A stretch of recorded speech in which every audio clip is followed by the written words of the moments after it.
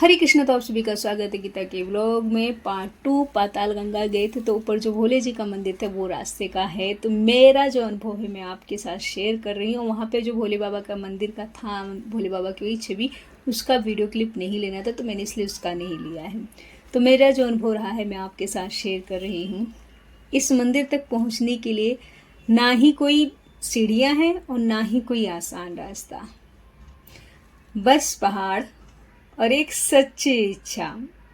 हर कदम के साथ थकान भी बढ़ती है, लेकिन साथ ही एक अजीब सा बोलते ना खिंचाव महसूस होता है। और जब आप इस गुफा तक पहुंचते हैं तो सब कुछ बदल जाता है, यानी टोटल ही सब कुछ बदल जाएगा। कुछ थकान कुछ भी नहीं रहेगी। गुफा के अंदर विराजमान भोले बाबा इतने शांत हैं, इतने शांत कि पूछिए मत। शांत इतना सुकून देते हैं कि पूछिए मत। और सारी थकान जो है ना एक पल के लिए ख़त्म हो जाती है। यहाँ पे उनके जो ऋषि मुनि हैं उनकी भी छवि है जो मैं आपके साथ आपको दिखा रही हूँ।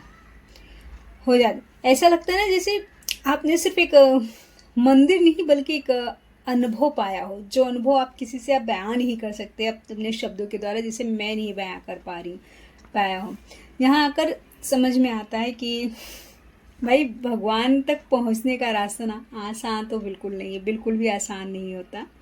लेकिन जो पहुंच जाता है उसे कुछ भी, बहुत कुछ यानी बहुत कुछ अलग मिलता है जिसका वर्णन हम नहीं कर सकते, बहुत ही अलग। और ये जो है ना मतलब ये भक्त है, मतलब ऋषि जी हैं, उनकी छवि देख के ऐसे आंखें कुछ बयां कर रही। तो आप जो थकान रहती है ना, मतलब यहाँ ना लिफ्ट है ना शोर शराबा है, और इतनी ऊंचे पहाड़ों पे भाई हम हमेशा सोचते नहीं जाना है। बोलते ना मन में श्रद्धा हो और वो बुलाना चाहे भोले बाबा तो हम कहाँ नहीं पहुँच सकते। और आने के बाद वो थकान है, मतलब वो एक देखने के बाद एक अनुभव करोगे ना तो आप ऐसा होगा कि हाँ दर्शन किए सारी थकान ख़त्म। जब हम चढ़ते हैं ना तो हाँ मैं ये बोलूँगी जो एज वाले हैं उनको थोड़ी क्या बहुत ज़्यादा प्रॉब्लम होगी, क्योंकि हवा उल्टी साथ बहती है उल्टी की तरफ। जब हम उतरते हैं तो बहुत इजी तरीके से उतर जाते हैं, लेकिन जब चढ़ते हैं ना तो हवा का वो रहता है तो चढ़ना थोड़ा भारी हो जाता है, क्योंकि लिफ्ट नहीं है, सीढ़ी नहीं है यहाँ पे कि सीढ़ियाँ हो। और अभी पहाड़ है ना कट के बने हुए हैं, तो उसका तो अनुभव जब आप वहाँ पहुँचेंगे ना, इतनी ऊंची गुफा पे पहुँचने के बाद ऐसा लगता है भाई बस यहीं पे रह जाओ, घर ही मत जाओ। और इस गुफा के अंदर पहुँचने के बाद आप कुछ मांग ही नहीं सकते, कितना भी आपके दिमाग में चलता हो लेकिन आप नहीं मांग सकते।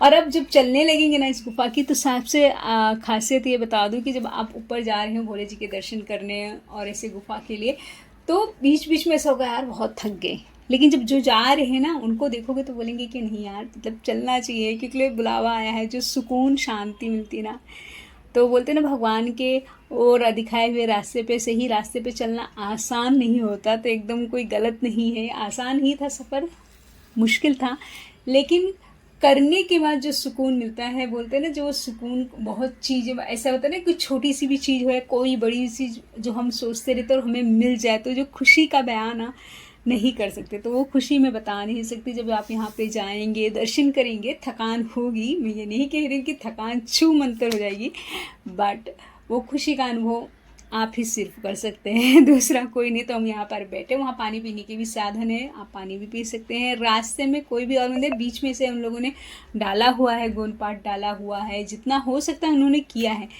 लेकिन भगवान के दर्शन करने हैं तो थोड़े से कंकड़ तो पैरों में चुभने चाहिए, है कि नहीं? बिल्कुल सही कहा ना।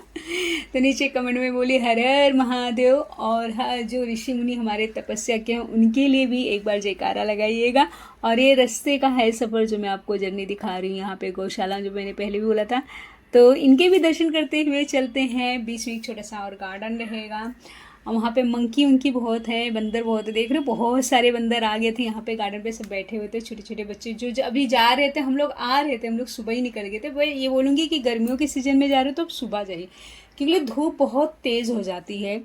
और छोटे बच्चे हैं तो मत ही लेके जाइए, क्योंकि बच्चों का पैर दुखने लगेगा या फिर आपको बीच में लेना पड़ेगा। उम्रदार हैं तो अगर बुलावा होगा तो जाएंगे। फिर उसके बाद एक किसी ने बंदर को छेड़ दिया था तो फिर उसके बाद भागे, क्योंकि भाई तुम्हारी भाई मस्ती है, तुमने क्यों बंदर को छेड़ा, क्यों चिढ़ाया, नहीं चढ़ाना चाहिए, किसी आंटी ने चढ़ा दिया था बस, वहाँ से फिर वो सब उठ के भागना पड़ा। तो इसीलिए कहते किसी को छेड़ना नहीं चाहिए। तो please like share comment subscribe कीजिएगा। और सारे बच्चे ऐसे भाग रहे थे। और हर हर महादेव नीचे लिखे कमेंट बॉक्स में। और ये है पाताल गंगा का जो ऊपर का देख रहे हो, वहाँ से देखना था, जो अब बंद हो चुका है, अभी जाने नहीं मिलता है वहाँ से, किसी रीज़न की वजह से होगा, वो मुझे नहीं पता है। तो बस मैं बोलूँगी एनर्जी अच्छी पॉजिटिव एनर्जी लेने के लिए आप यहाँ पे जाइए और दर्शन कीजिए। फिर हम मिलते हैं आपसे नेक्स्ट ब्लॉग में। हर हर